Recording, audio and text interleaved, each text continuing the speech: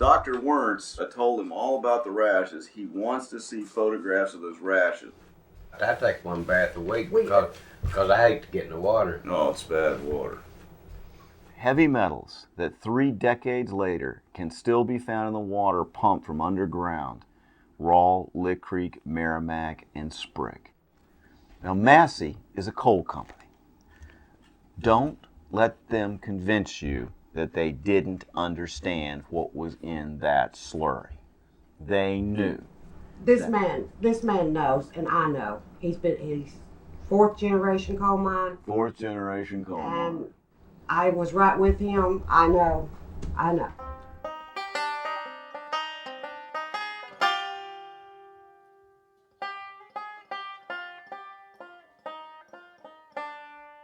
I've had 2 heart attacks, and I have prostate cancer. I have need to get the kidney out, and I refused that. When I had the heart attack, I wanted to take it out then. But I done had 4 heart catheterizations and 2 heart attacks in 1 week. Oh. And I was out of it, and I wasn't in no mood for no surgery. I understand that. They were all over here, and they're all over my back. When I bath, I use one of those scrubber, and I still use the same oil of Olay, and I get out and I've got like a heat rash. And next thing I know, they're coming like blisters. And then they mat together and made these larger places. And itch and hurt and burn. So it only happened when I come home and started to bath and do the dishes. My hands broke open. Yellow green pus. I took care of that for 3 weeks. 6 of them. There's another one up here. And he went to a surgeon. They cut this open and this open. Dr. Shetty, and we doctored that for 3 weeks. I got the bill today for it for about $1,400. Oh. And this is a month before I talked to you about her. And these would run, and they'd run plumb down your arm before I finally went to the doctor. He's asking you, did you speak up to anyone about that? No. Because you would have lost your job. Yeah, I got fired instantly.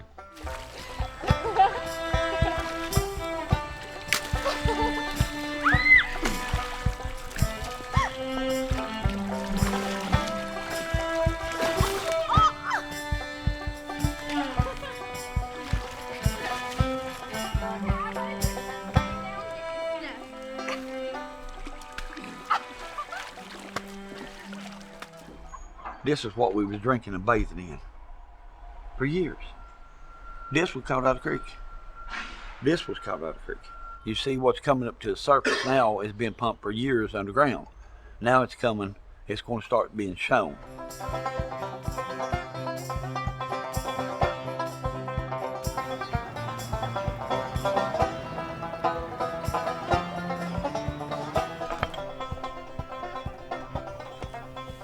Even the faucets and stuff that I had took out, it rots them off. It rots it just rots from the inside out. So we don't know what it has done to our bodies inside to come out. I was a coal truck operator. I drove a coal truck. I hauled coal. They come out of the mound underground, come out, and we put it into a truck and hauled it to the tipple at Sprouts Creek. That's Massey Coal Company. I have seen things done that I think wasn't right, but I was just a little man, so there ain't nothing I could do. Most they could do to me would be for me.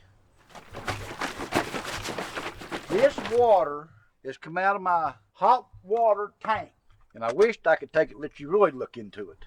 And this is what they wanted us to drink.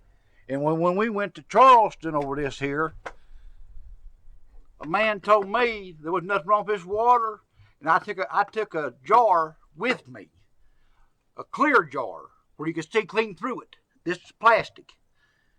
And I told him, and I had it in my pocket. And when he told me that there, I said, well, I'll tell you what. Do you believe that you're a better man than I am? He said, no, sir, I don't. I said, well, then I'll tell you what. I drink this water. I'd like you to take a drink of it.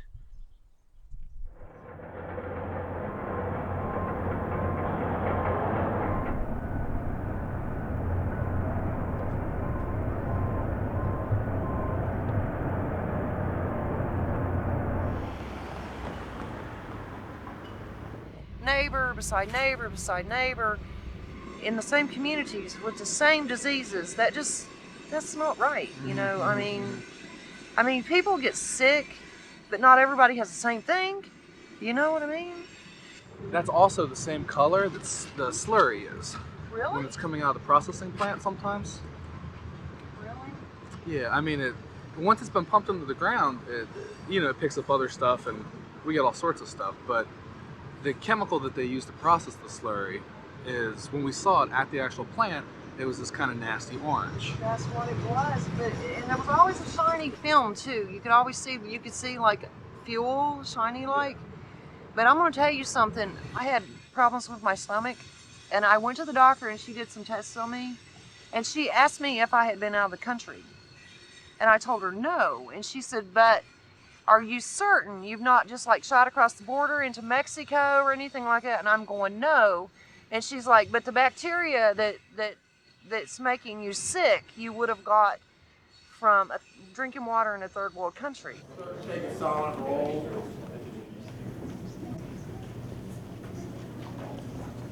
I'm Ben Stout, professor of biology at Wheeling Jesuit University. One of my students, Zach Burchard, is with me today. We've been looking at coal slurry now for about 5 or 6 years and have managed to compile some data on coal slurry and also on well water quality. Part of this is going into communities and asking them what their major environmental concerns are, and overwhelmingly it's been their drinking water quality in rural communities in southern West Virginia. I want to look at 4 of those today. These communities are in vicinity to coal slurry underground injection and also impoundments. I've moved it off into Kentucky a little bit just to show the W. We looked at all of our water samples. We sample water every place we got the opportunity. We want to look at any potential exposure pathway. The percent of samples that exceeded primary drinking water standards.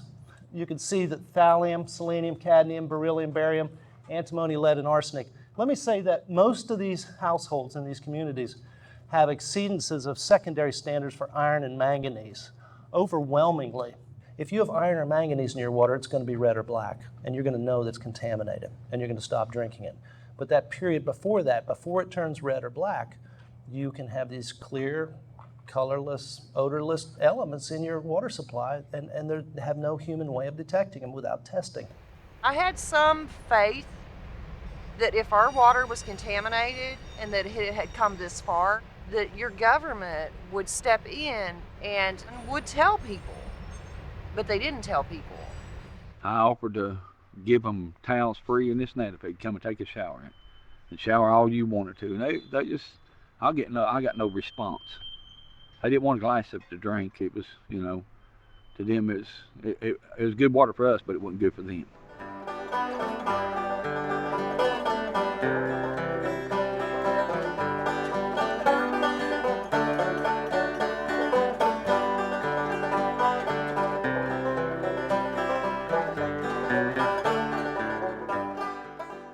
My name is Larry Brown. I am the pastor of the church at Raw Church of God in Jesus' name of Raw. I've lived here for almost 33 years. Me and my wife, we've been together for 35 years.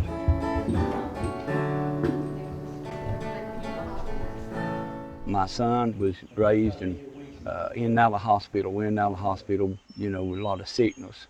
And my daughter, she's had cancer and still has a lot of nerve damage and stuff like that. We've been through a whole lot. We hired Kevin Thompson. We talked to them and they said, well, we got to do some investigation. They did some investigation. They say to anybody in our communities, this water is terrible. And he said it was the filthiest water that he ever come across.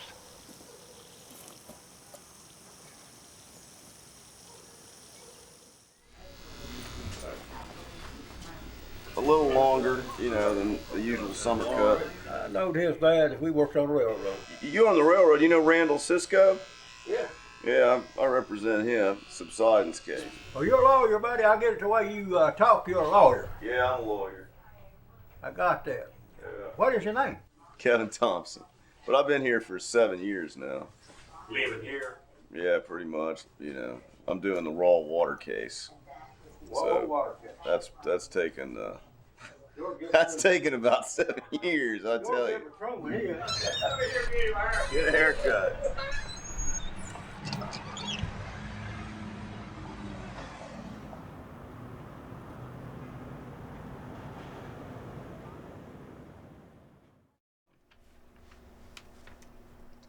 I'm going to testify for the legislature about this sludge issue so that in case something happens with the case, the evidence can be out there. And the evidence we're going to arm you with will prove that Massey pumped its slurry, the slurry polluted the water, and the water poisoned the people. Sometimes I think when people hear a number like 1.4 billion gallons, I mean, if you were to compare this to something like the BP spill, I think the BP spill, they estimate that at its worst, it was leaking about 1 million gallons of oil a day. Well, here, Raw Sales and Massey were on purpose injecting over 1 million gallons of slurry every day for years into the water system where they knew that people were going to be drinking from that water. They absolutely saturated the ground and inundated the earth with this slurry.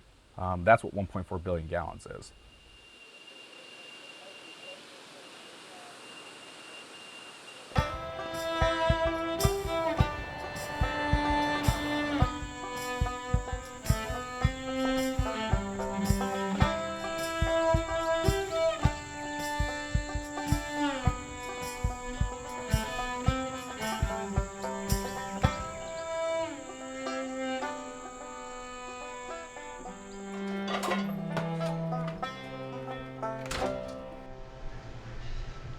This is what I love doing, sewing.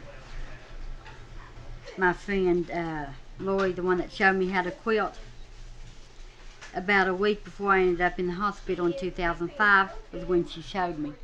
So I had something to do the first time I was in the hospital that I really hadn't been doing before.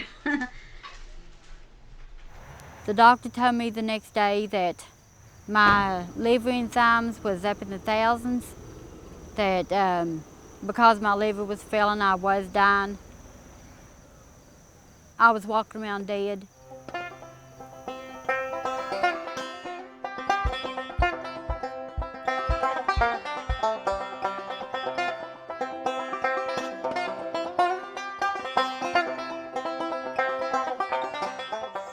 I know I moved to Raw in 2001, and just as soon as I moved there, I could tell something was wrong with our water.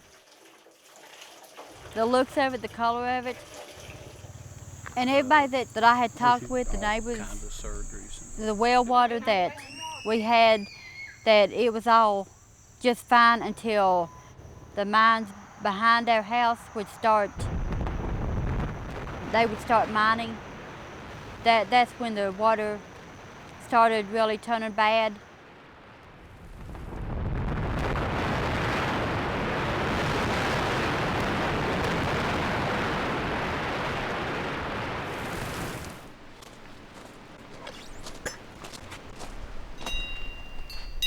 I'm kind of interested in where you worked at and your position there and how long you'd been there. Well, I started in October of 1980, and I was the filter operator. We pumped in there for quite a few years, and we pumped 1,800 gallons a minute. So, you know, that's quite a lot, but we've done this for years. So you can imagine just how much that we've put in there. There's an ocean. Exactly. In the mountains. It was running cold, and we had a flow valve, and it was a one-way valve to keep the slurry from running back from the top of the mountain. This was before we had the Abels. And I noticed that valve was pumping too much.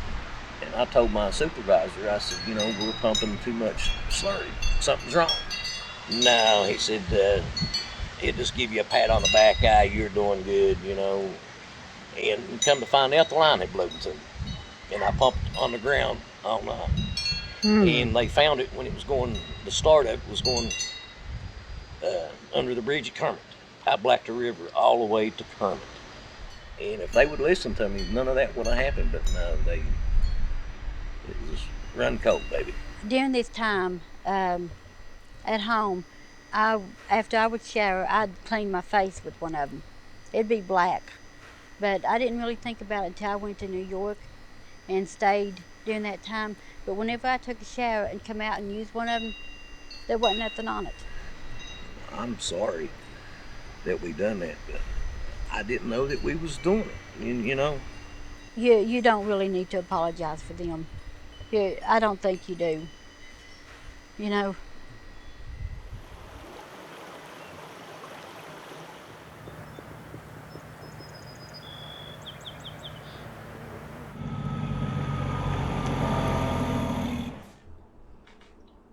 Good morning, Tonetta. I wondered if me and Amber could ride down just a little while today and discuss the meeting. I'd really like to know a little bit more about what's going on over there and hopefully, show them some support. So is now a good time? Huh? What you do then? I'm going to find. Oh my God, so we missed them. Then we're trying to get them on the phone. I just really want to talk to you about it and see how you feel about going over to the meeting and trying to understand more about what's going on over there.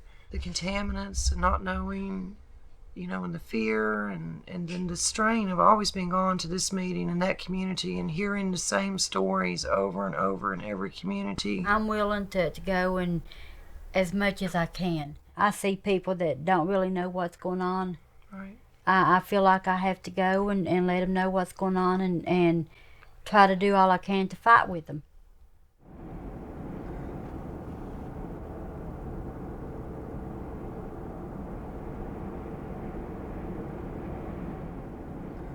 I have a report here in my bag from our Boone County. By the way, my name is Maria Lambert, and I live at Printer.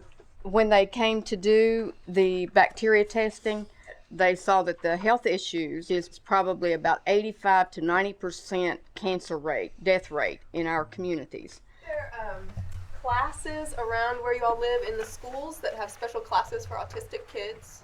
There's a class with 22 kids that have autism. In Anstead, which is another small grade school, there's 16 in that class. It far exceeds the national average.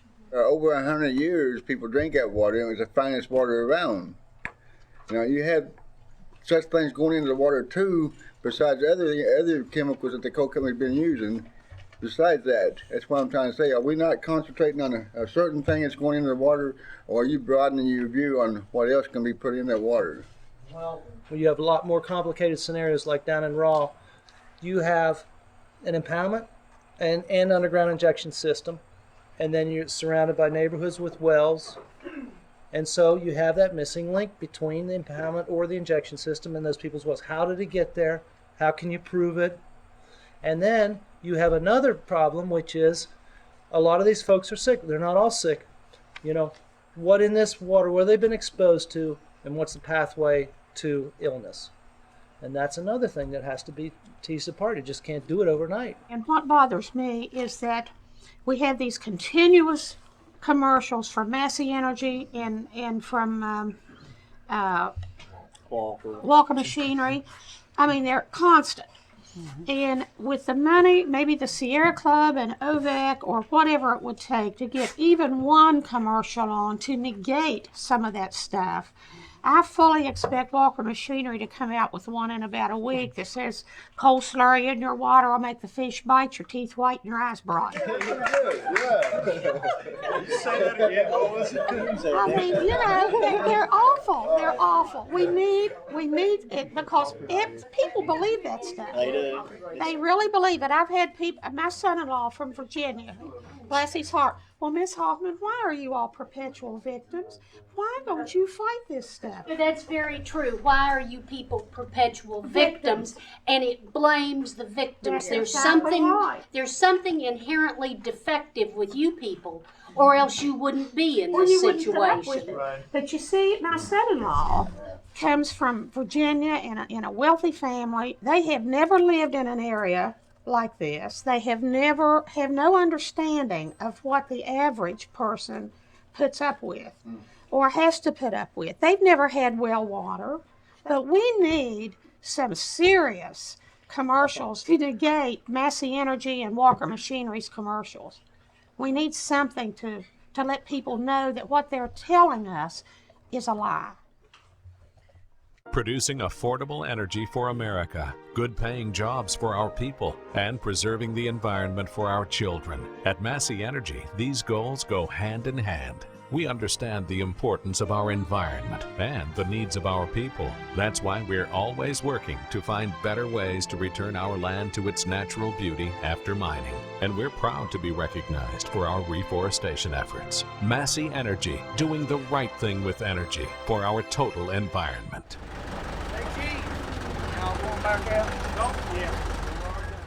I'm proud to be a coal miner. I love it. I usually work 10, 12 hours a day.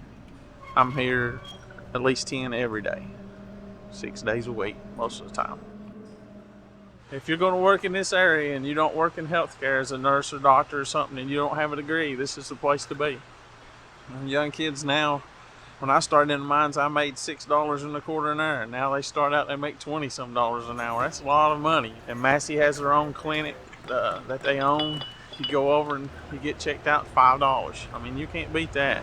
They talk about coal mining being so bad and hurting the environment, but coal's the most abundant resource we have in the world. And it's the cheapest, and it makes our lives easier, you know, and the coal's abundant here. This Massey operations, we got billions and billions of tons just to mine in this area. So it's part of our lives. It's a big part.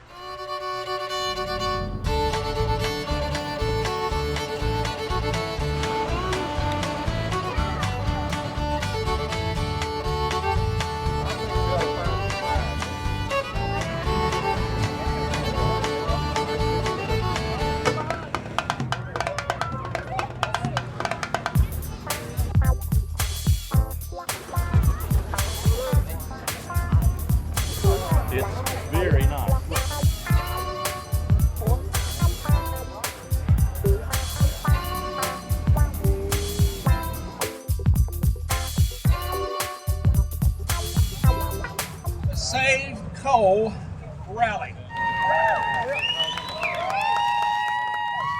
And I'm one of the freedom-loving, pro-life, Constitution-supporting patriots that Homeland Security warned you about. And by God, I'm an American. My name is Al Emsch. I represent Massey Energy Company and certain of its subsidiaries. There is no credible scientific data that shows any relationship at all between slurry injection or slurry disposal and any adverse health effects to humans. The process of disposing of coal slurry, injection gives the impression that it is forced or it's done under pressure, which is really not true. It's just a matter of pouring the material, the water and the slurry, into a well or a hole in the ground. And this essentially liquid with solids in it is then deposited in the abandoned mine work. The plaintiffs must show that slurry or things in slurry somehow communicated over great distances laterally as well as vertically with the water table from which plaintiffs draw their wells. So there's a scientific, geographic, geological, factual causation that has to be shown. We dispute that very, very strongly.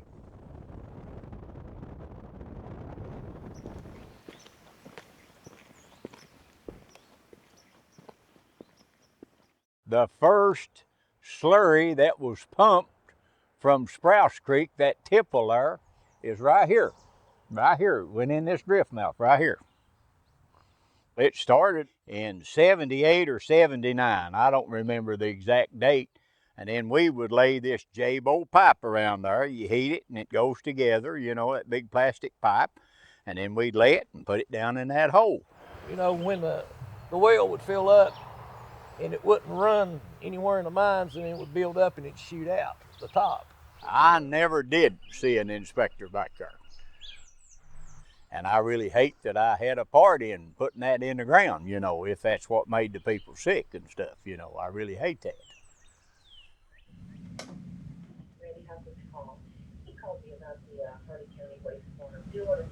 My name's Randy Huffman. I'm the Cabinet Secretary for the West Virginia Department of Environmental Protection. West Virginia is the second largest coal producing state in the nation, so coal mining has been a good, and for better and for worse, has been a part of our state's heritage since the beginning. We have 13 active coal slurry permits in the state right now. There's probably a risk if it's not done properly. There are controls, there are rules and regulations for how coal slurry injection is to be done. The slurry that's injected at the point that it's injected has to meet secondary drinking water requirements. The slurry, the underground slurry containment areas, which are usually abandoned mine voids where coal has been extracted in the past and it creates a kind of like an underground reservoir, an underground lake, if you will. Those are engineered and supposed to be engineered in such a way as to contain the slurry within the confines of that underground mine void.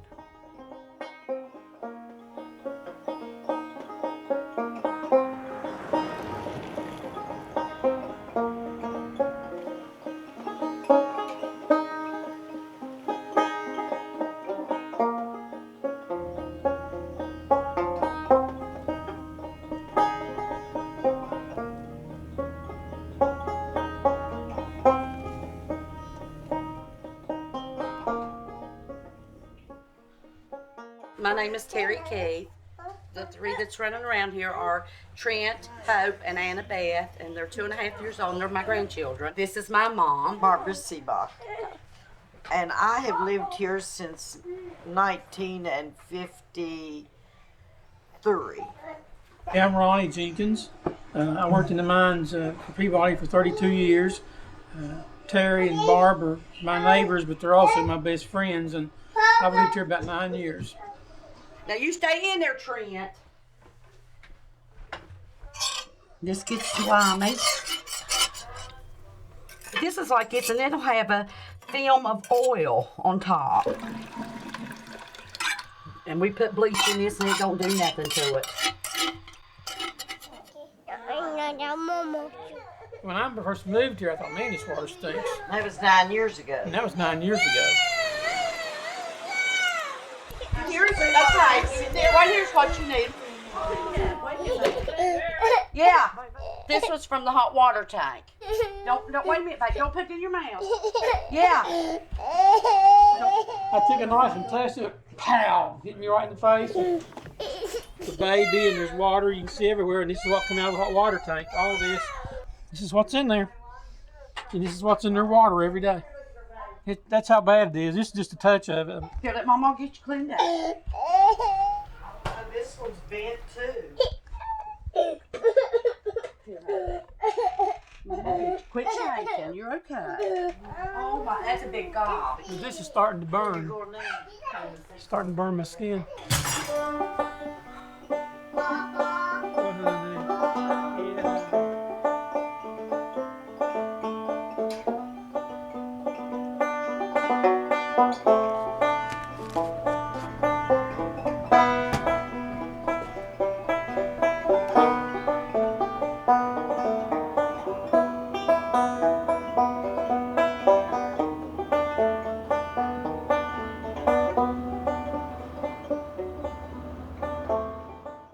Generally speaking, I guess you have to understand a couple of things. A lot of people historically in West Virginia have relied upon well water. And many in West Virginia today rely upon well water. Well water is not pristine. Any water that is taken directly from the ground will have, at one level or another, depending on where it is and what the natural characteristics are around it, substances in it. It will not be pure. It will not be pristine. I grew up in northern West Virginia, okay? We had a well. We had well water. I grew up on a farm. We used well water. Our well was excellent. I thought it was the best water in the world. When I went away to college and I came back, guess what I discovered about my well water? It tasted and smelled of hydrogen sulfide so strongly that I could barely drink it. I could barely hold it up close to my face. But I didn't know that during all the years I was growing up. Now, I don't think that that's affected me any. Now, the defense says these mountains are full of rocks that hold arsenic and lead and manganese and barium and cadmium. But there's a difference between a rock in a mountain containing these heavy metals and then grinding that rock up and putting it in somebody's drinking water. This is natural. These elements, these heavy metals, if you will, come from the ground. The manganese, the iron, there's aluminum also that is often found naturally occurring in well water. These things can all cause a taste that is also a little bit metallic and a little bit different. The things you saw are not health-related problems. Further, when you talk about a break in a pipe, especially a hot water pipe, piping that goes through homes, produce their own substances.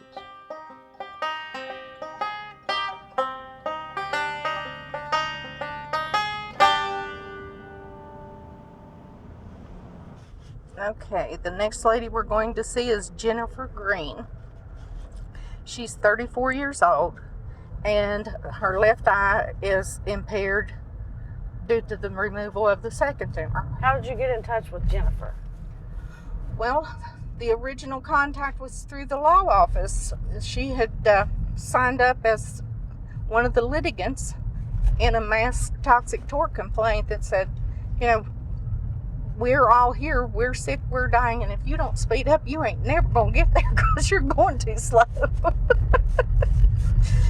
There you go. I know, I'm still your mama, even though you're grown. We have some areas who have a lot of respiratory problems and some who have clusters of brain tumors. These people all either have no gallbladder, which has been removed, or they have kidney problems and they're on medicine for that, or they've had to have stents, or they have recurrent urinary tract infections and are on chronic antibiotics. And they were shocked after I started coming and talking to them, and I said, are you aware that other people in your area, they're having this same problem, that they're itching every time they take a shower? And they were shocked because it wasn't something they talked about. You're going to turn right as soon as you go through this bridge.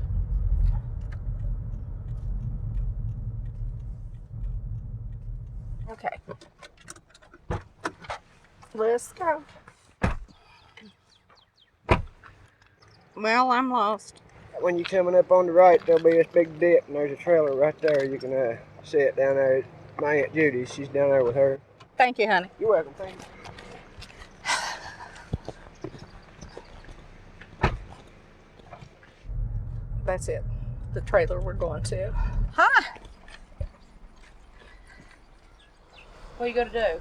I'm doing an assessment. I'm doing a follow-up for Jennifer, but I can do yours while I'm here. Well, I'd be glad for you to do me. All I right. have to stay stomach pills all the time. Okay. I'm in misery. You want us? Well, I have to put some clothes on. I don't Well, want I was Jennifer to gonna come out say- here, but I'll make her come. She said no. She said she wasn't gonna come outside. Yeah, because it's filming. Connie called and told her. I told her, Connie, yesterday. Well, I'll be right back.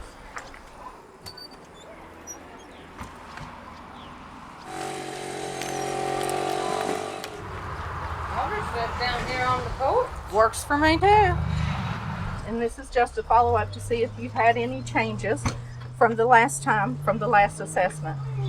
In the last assessment, we were dealing with the fact that you had the kidney stents and you were going to go back to the kidney doctor. Did you go? No, I ain't went back to him. Did you have an appointment and miss it, or did you just? I had an appointment, missed it. Uh-oh, how come? I was in with the tumors and stuff, and I wasn't ready to go back yet. They discovered anything new with them, or something different with them, or just the same follow-up? I've just been going for the follow-up from this last tumor. From the last removal? Yeah. That was on the right side. No, it was on the left, right here behind here. I was thinking that was the first one. I had the back No, one. the one up here in front's the first. Okay.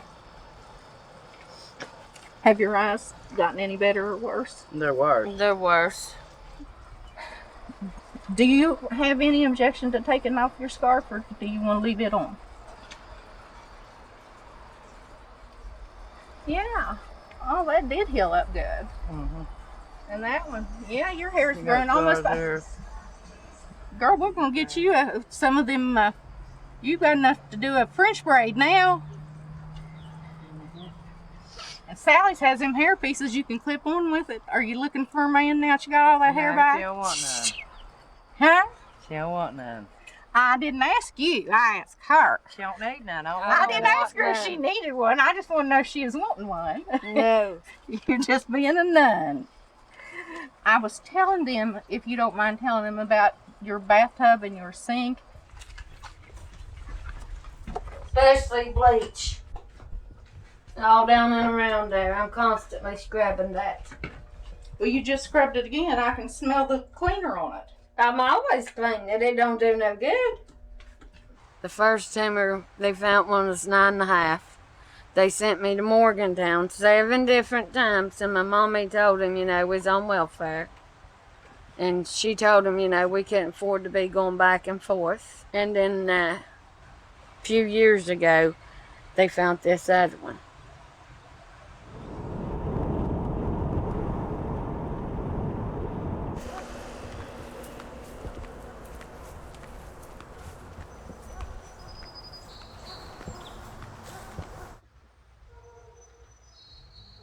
Their phone's been disconnected, so there's no way to contact them personally.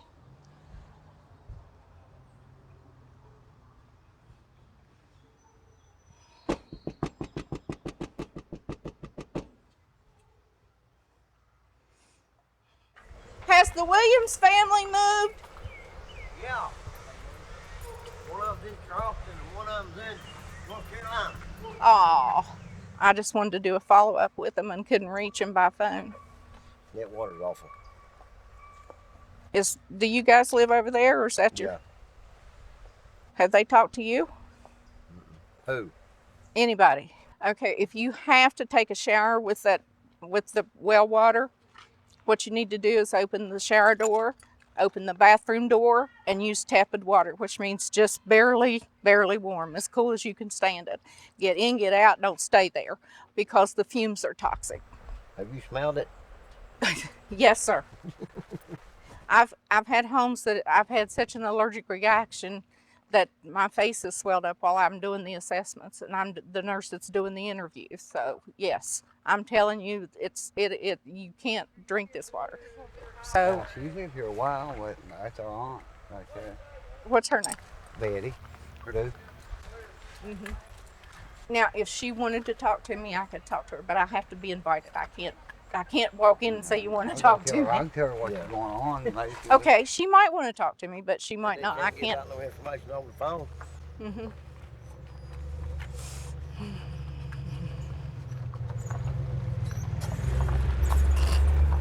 But I've had a bunch of blood work and nerve stuff done up like this, man.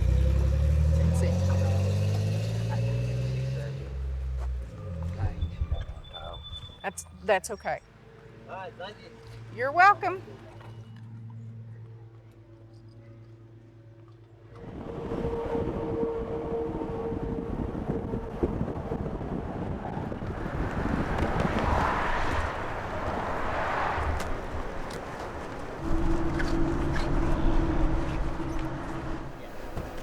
Let the water run out. Yeah.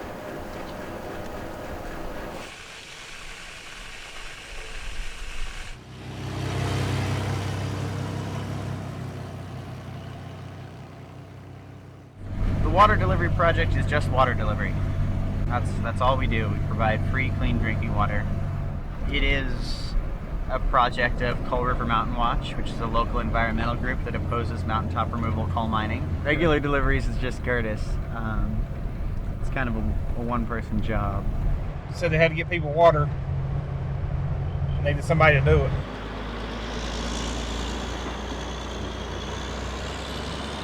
And it was back in July that we had the idea to do this water delivery project. We were just sitting around the house one day, and we were tired of waiting for the government to step in. We, tired of waiting for the coal companies to do the right thing. And they gave us a startup grant, and we've just kind of been rolling with it ever since. We're trying to get the generator to start to run the pump. So I just feel bad because I told people I was coming today. The generator broke. If not, I'll be back sometime. I'll go down and get a generator. Okay.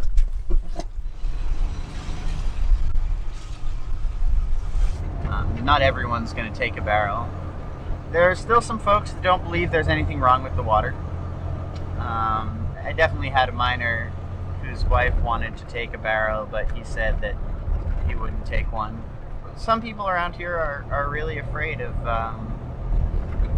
being involved in anything that has the appearance of opposing the coal company or critiquing the coal company. Some people are worried if they're too closely associated with us that they might lose their jobs. And that's not an unreasonable fear. It's happened before.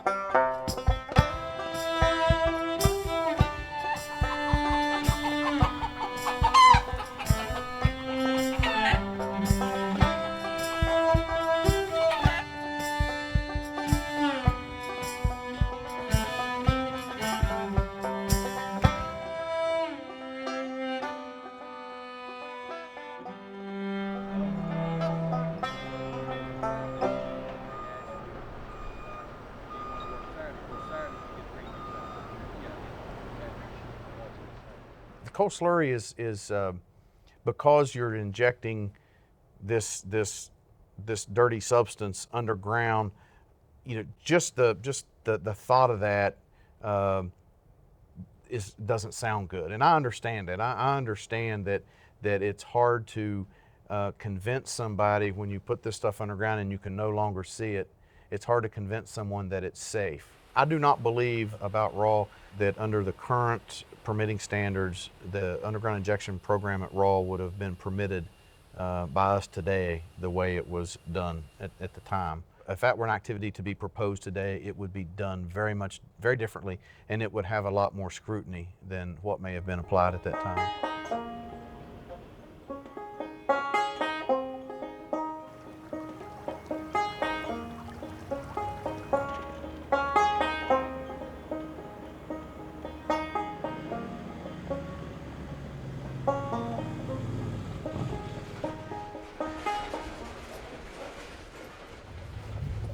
So Brenda McCoy called us a couple days ago and had a report of some really unusual water. So what's the problem with the water? She said it's got an unusual metallic sheen to it, and that it's got some kind of orange clumps forming in it. You talking about surface water? The water, yeah, right by her house, surface water. She's got a creek right out here. Hey, Brenda. Oh my God. Yeah. So the orange is iron, right? I mean, I guess we got to let the scientists tell us, but I think the orange is iron. What about the sheen? The sheen could either be some kind of organics, hydrocarbon, like a diesel.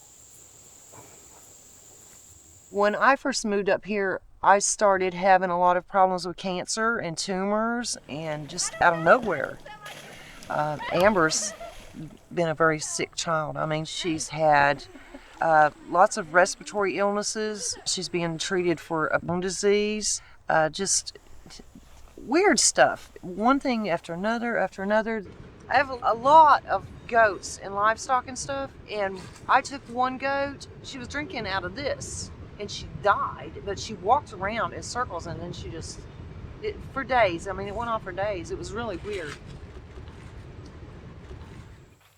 Okay. Thanks, Brenda. Thank you for coming up here and looking at it, Hey, no Kevin. problem.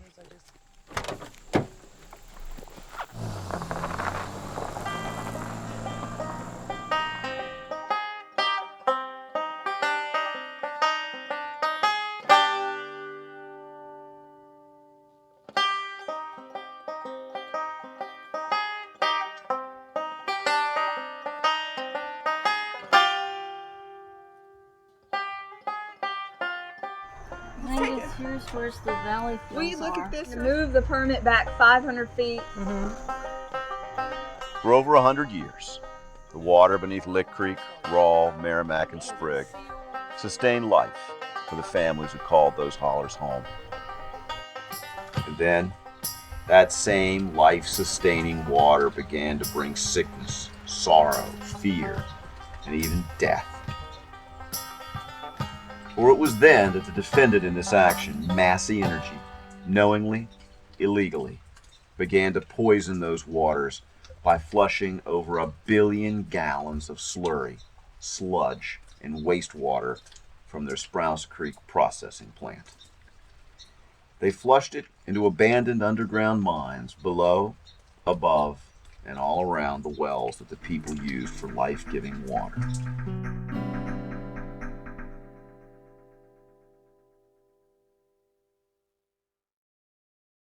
All right, Donetta Blankenship.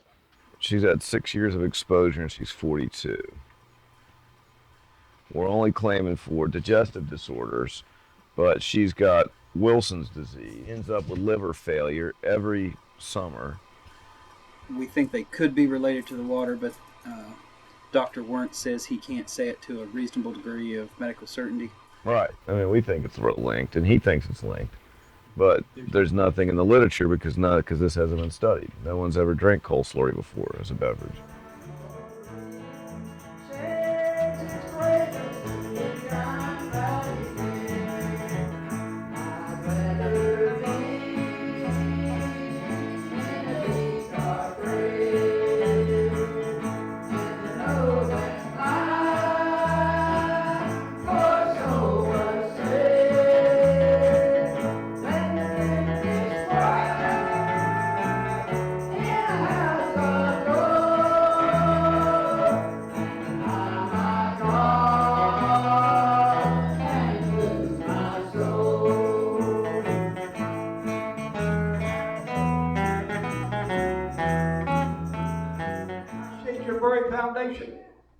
Praise God, he shook Elijah's foundation. When Elijah went off to the caves and he prayed and prayed God and healed himself, and God told him.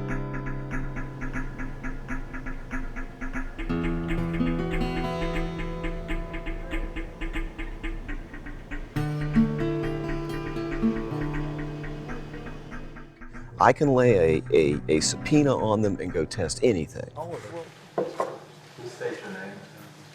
Yes, my name is Donetta Blankenship. I live at Rawl, West Virginia, and I'm here on behalf of my family and my community. First of all, I've brought a sample of my own water. We've got a filter on our water, and when we first put a filter on it, it looks clear, but you can see it's not so clear. In 2005, they had called me up and asked me to start getting involved, like going to Charleston to speak to the senators and ones like that. And, you know, I'm not one to just get up and talk in front of anybody. My daughter, she keeps diarrhea all the time and upset stomach. They both have breathing problems now. My son, he has sores on his back.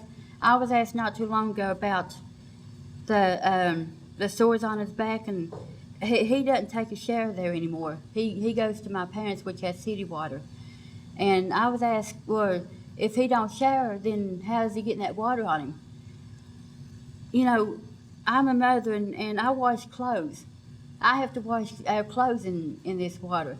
And when you sweat, the water comes off the clothes into your body. Just like when you take a shower and stuff. You know, the chemicals and stuff are still going through your body. It took everything in me to be able to stand up.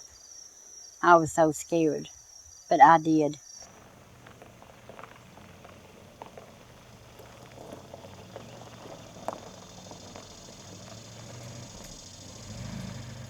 And it was at a picnic, actually a community picnic, when I found out that my water was impacted also. And that's when I met Donetta. She came to me in one of my most desperate hours, and she never let go of me. She brought the papers and she explained the study and showed the papers about the health impacts from specific chemicals.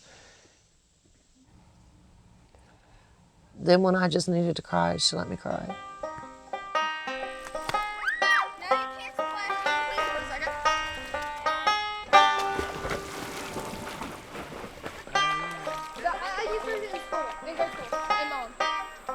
It's just me and Amber here.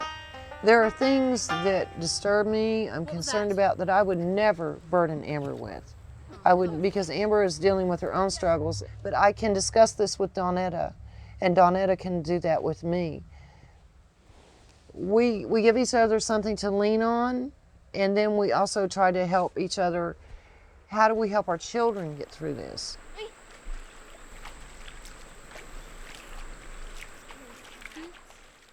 Now, many of those people lived in those hole hollers for their entire lives. Massey never told them it poisoned them. You'll hear from the people that they used that poisoned water. They used it to quench their thirst, to make their coffee, to cook their food, to take their showers, to clean their clothes, to mix their children's Kool-Aid, and to bathe their babies.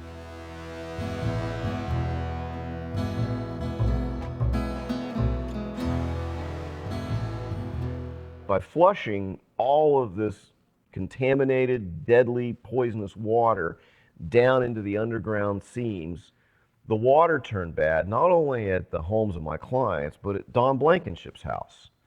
As the president of Massey's operating subsidiary, Raw Sales and Processing, he was entitled to live in the superintendent's mansion on the grounds of the mine company. And the superintendent's mansion drew water through a well from the same aquifers that all of my clients drink from. So Don Blankenship was not only poisoning the community, he was poisoning his own family. But he had a private water line run from a nearby community. I deposed Don Blankenship about it. Judge Thornsberry, the only question he would let me ask Don Blankenship was why he got a water line run to his own house, and did it really happen? Do you solemnly swear or affirm the testimony you give today will be the truth, the whole truth, and nothing but the truth? I do. Thank you, sir. Mr. Blankenship, would you please state your full name for the record? Donald Leon Blankenship. And are you planning to testify in the trial of this matter? I don't know. Are you planning to attend the trial? I don't know. As CEO, are you directing the defense of this case? I'm going to object to the question. It's outside the scope of the order that was entered by Judge Thornsberry, and I'm going to instruct the witness not to answer the question. Mr. Blankenship, did you ever make any input into the decisions as to where to put down a slurry injection hole? I'm going to instruct the witness not to answer the question based on that's outside the scope of the court's order. Are you going to not answer the question? I've instructed him not to answer the question. I'm asking, are you going to not answer the question? That's correct. Mr. Blankenship, regardless of what your lawyer's telling you, is there any reason you don't want to answer these questions? I'm going to instruct the witness not to answer the question. The court's ordered this. You know that, Mr. Thompson. And if you're going to continue this, we are going to terminate the deposition. At some point, did the water that you relied upon in the house that you lived in when you were the president of Raw Sales begin to go bad? No. The water was always good? It was always bad. It was always bad? Depends on how you define good and bad. It was typical Appalachian water. Why was the house taken off of well water and put on city water? Because city water was thought to be preferable. Why was it preferable? In this area, city water is better treated than water you're treating yourself. So is it safe to say that you switched from well water to city water because you thought that the city water was superior in quality? I think so, yes.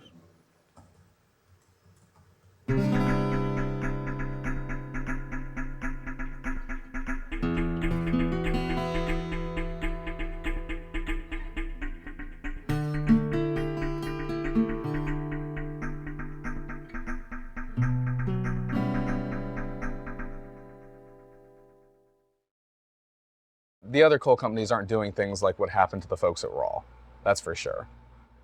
I mean, there are things that are fundamentally wrong with the industry in this area.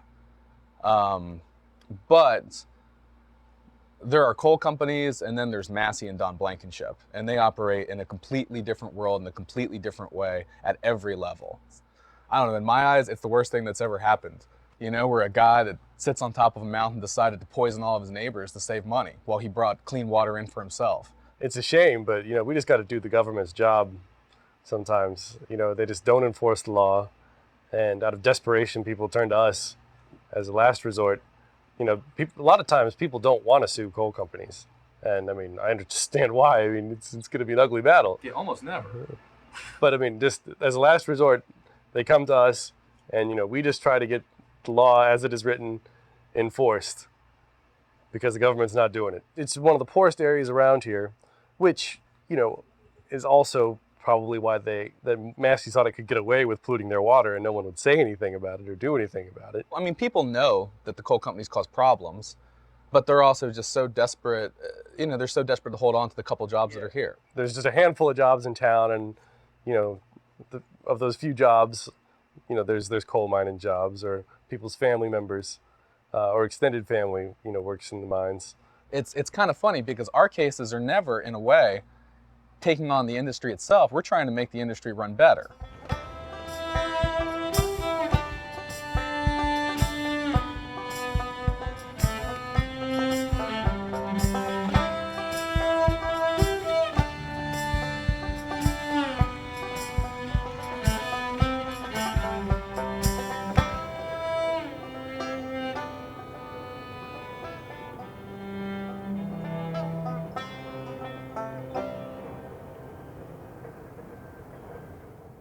These suits, the so-called water contamination cases, no, I don't think anybody saw those coming because, again, the regulatory environment in which we live, the science which has continued to develop over the years, but even in the early years, this was the method. I mean, slurry injection, impoundments, these were the methodologies that were developed, that were studied, that were approved by the state and federal governments, that were implemented in order to achieve the disposal of coal slurry in connection with coal operations. Nobody then, and certainly even today, we do not believe that there is any contamination of water that is in any way related to the disposal of coal slurry. Now, we are confident, we know, we believe that we always were acting in compliance with applicable requirements.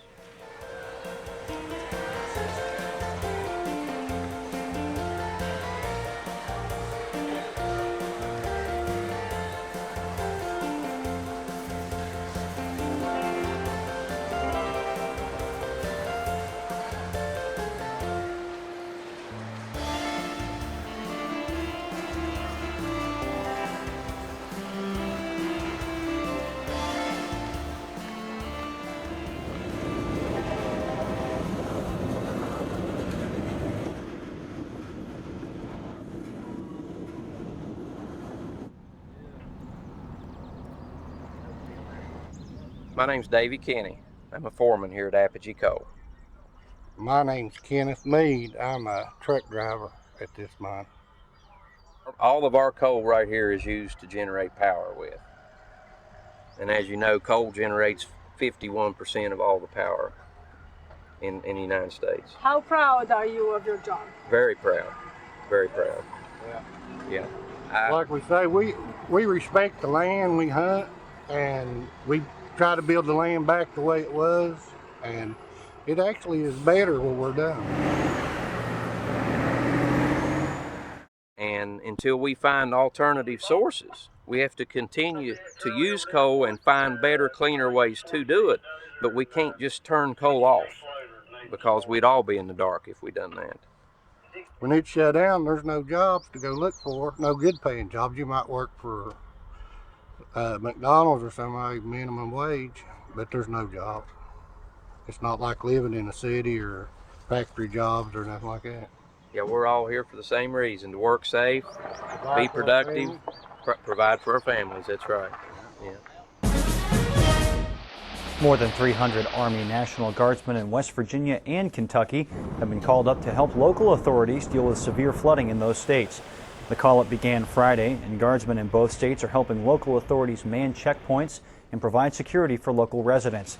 Now, the flooding hit hardest in southern West Virginia, where the Tug Fork River crested at more than 40 feet. At least 300 homes were damaged or destroyed, and 7 miners were temporarily trapped in a coal mine before making their way out on Sunday.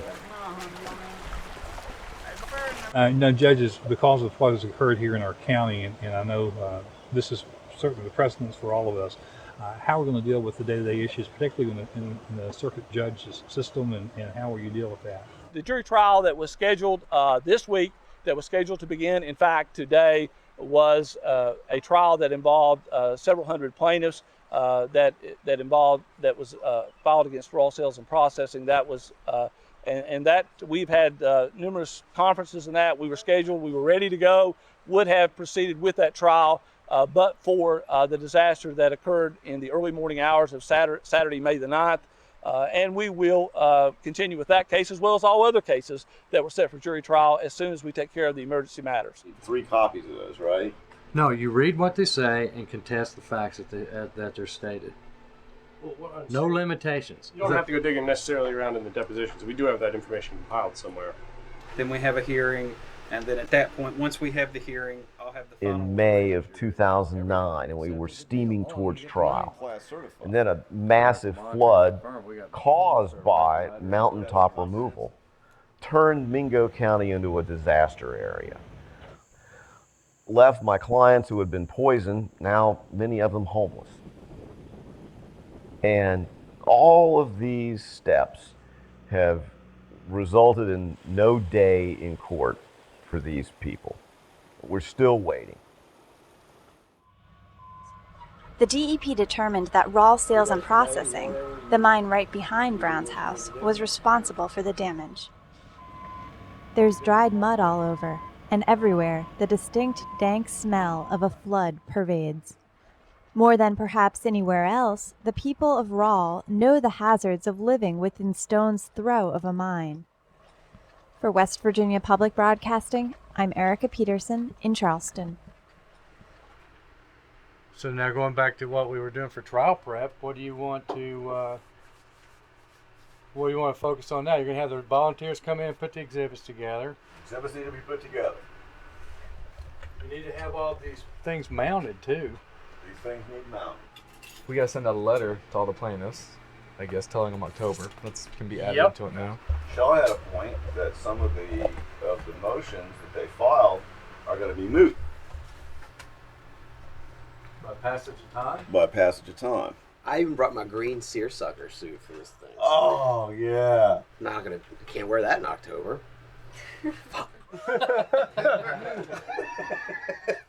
You know? Oh, man. You know, they've been waiting a long time to have their story told and thought it was just about to come. There's a lot of people.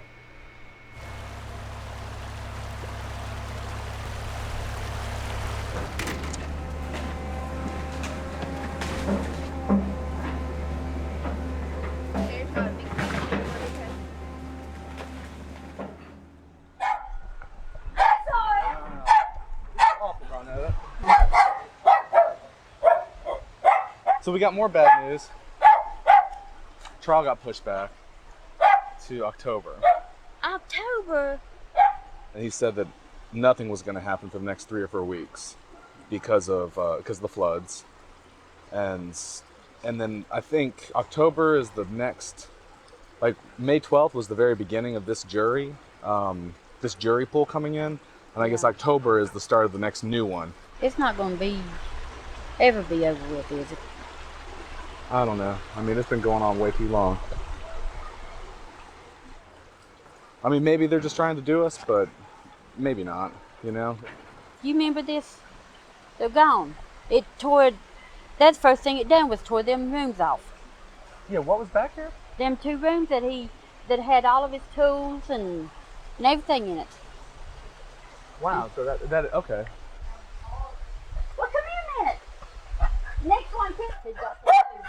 Moves. Yeah, we were just coming in because we just found out. We got a call from the court today. Oh, did you? And trial got delayed. Yeah. You know, all the way to October. So. That figures. I know, right when we're about to finally get there, and then the flood washes everything away. Look like they're just gonna keep postponing it, ain't they? Something's gonna always come up. And then it's kind of funny because, I mean, it's not funny, but Massey gets away with it because they do all this kind of strip mining that causes the flood. You know, that's why it flooded down here. It wasn't even that much water, they said. No. No. Come out of here. Look like Tug River. Yeah, it was water, but not a flood. Yeah. Water. You know, most of it was what was in their yard. Look like it always will be. It wasn't everybody kills over dead, and then they won't have to worry. What it looks like, anyways. One bad luck right after another. What are folks doing? I don't know what they're doing. It's a mess. Mess everywhere you go, seems like, though. My car went down, timing chain messed up in it. That happened right after this. Seemed like everything's happening all at once. That's what we want.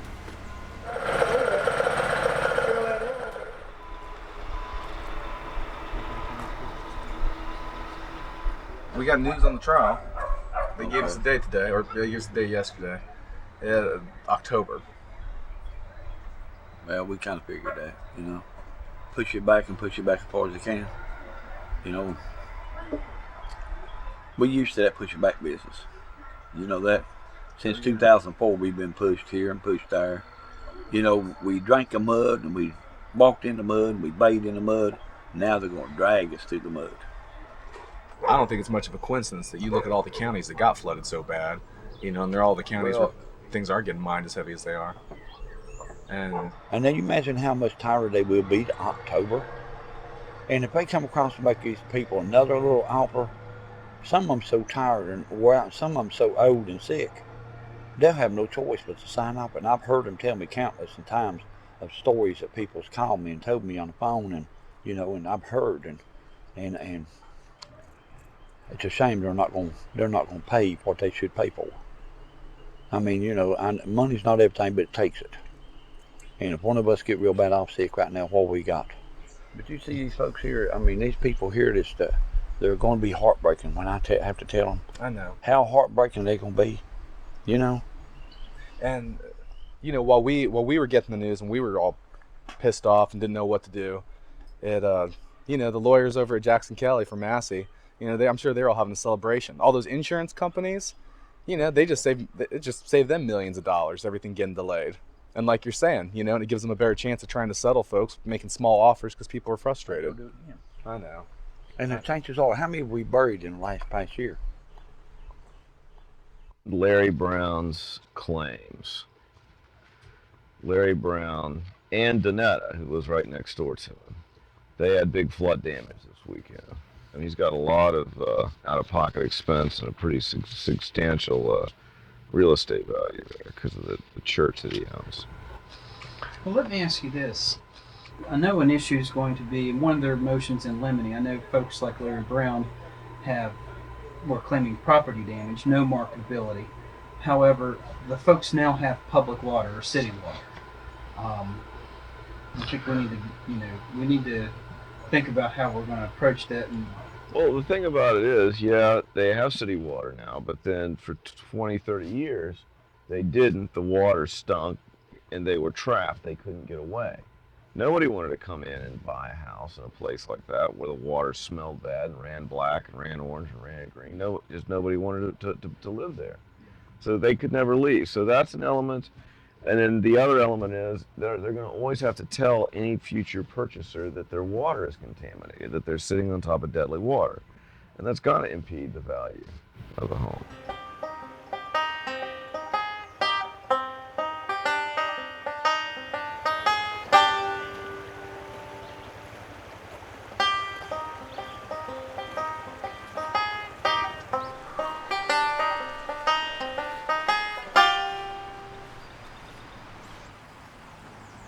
my daughter, and which is hard to sit here and talk about it, because I wonder what would she be like today if she was here.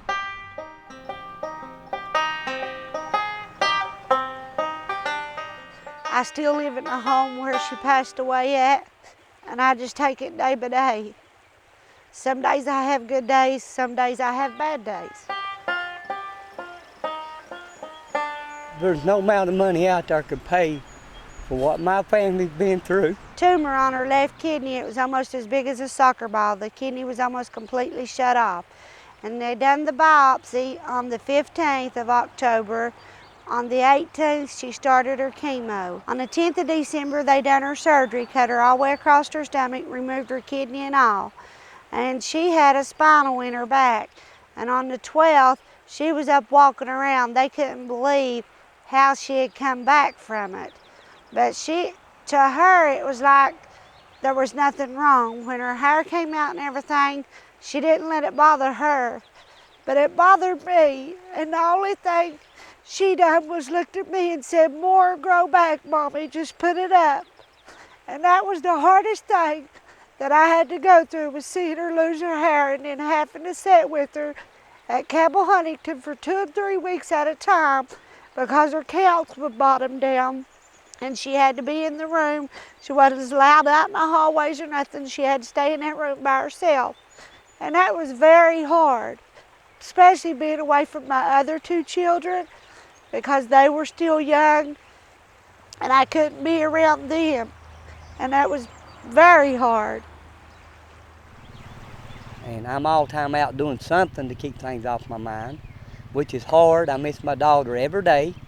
And it's just devastating. Really, it's rough. How they have drug this on for so long, and put, even though they put us, we've done lost our child, our bodies is damaged, and that is not counting what they have put us through for the last 5 or 6 years during this lawsuit. We're all wanting it to be over with. We're wanting them to get it over with. That way we don't have to hear this every day about our daughter. We don't have to hear this about our lives, that we're going to die. And I think they should pay for all this. Not only our body damage, but our mind damage by putting us through all this. They're just making it harder on every family.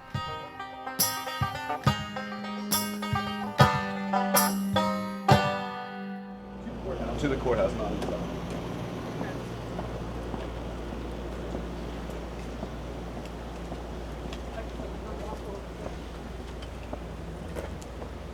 Here, we'll wait.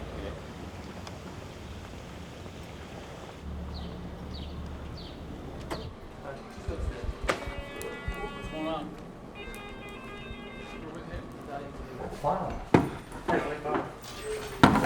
Okay. We've been told by somebody who works within the law that it would be, and it wasn't a threat, it was his advice, because he's on our side. It was his advice that we leave, because he doesn't have the power to help us if something were to happen. So, we're dealing with very arrogant people with a lot of power, so you have to be careful. That's all. Well, I have mixed emotions about this, because you don't want to have to do what we did today ever, try to get a judge off a case, and it's sad that we had to do that, but I'm pretty convinced it's the right thing for our clients. Without a fair judge, you're not going to ever get a fair trial. Everybody in America at least is entitled to at least that. I got to get out of here. I'll call you when I get this. Yeah, when I get somewhere I can call, I'll call, okay? I don't know what I'm going to do. I'm not sure what Kevin's doing either. You need to tell him that Van and Kevin have lost faith in the judge. The judge didn't reveal his relationships to the people he had appointed to run the medical monitoring trust.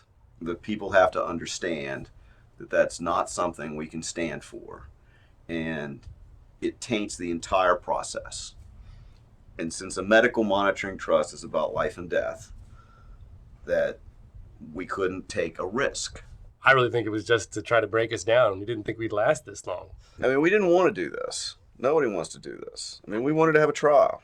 Are we actually going to go to trial in October now that you filed that? Is that, I mean, that's also part of my decision-making process. If I want to stay, you know, is this going to go on indefinitely? What is October? Is that a real thing anymore? Am I lying to the clients when I tell them, well, as far as we know, we're still going in October? We're still on the case. We're still working on the case. We're not going to stop, and we're just in a different place now.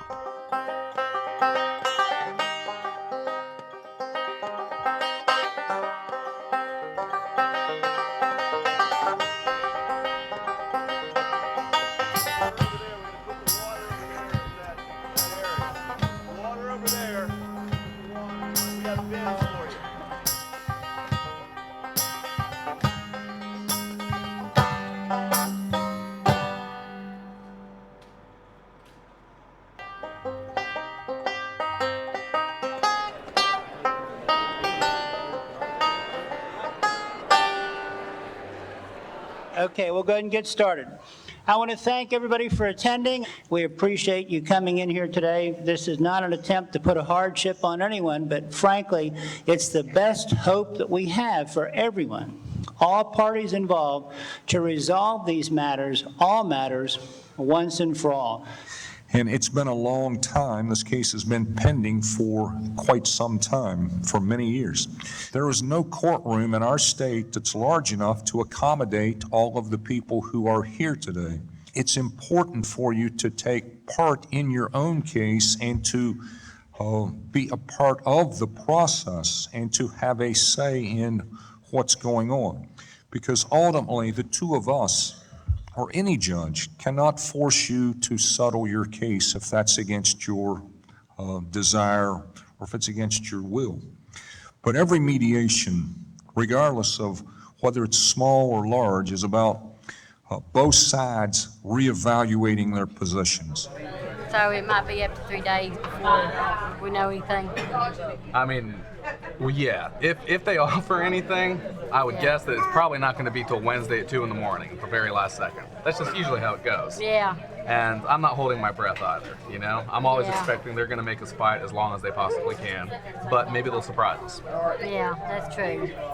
So are you coming with us to the Capitol now? I know a lot of folks were interested in going and talking to their government officials, you know, to try to get injection banned. Yeah.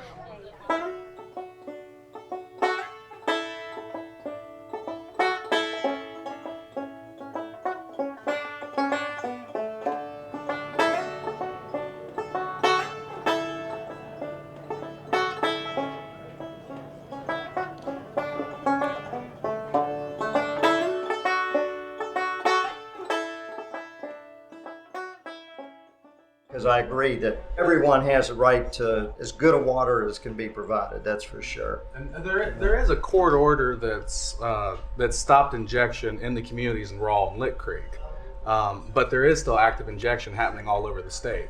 So there's other communities that are going to have the same problems. Statewide then?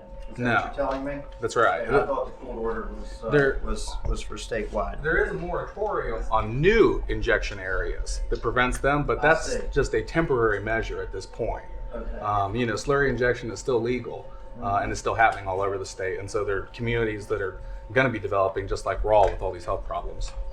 You know, my little girl wasn't healthy all the time when she was born.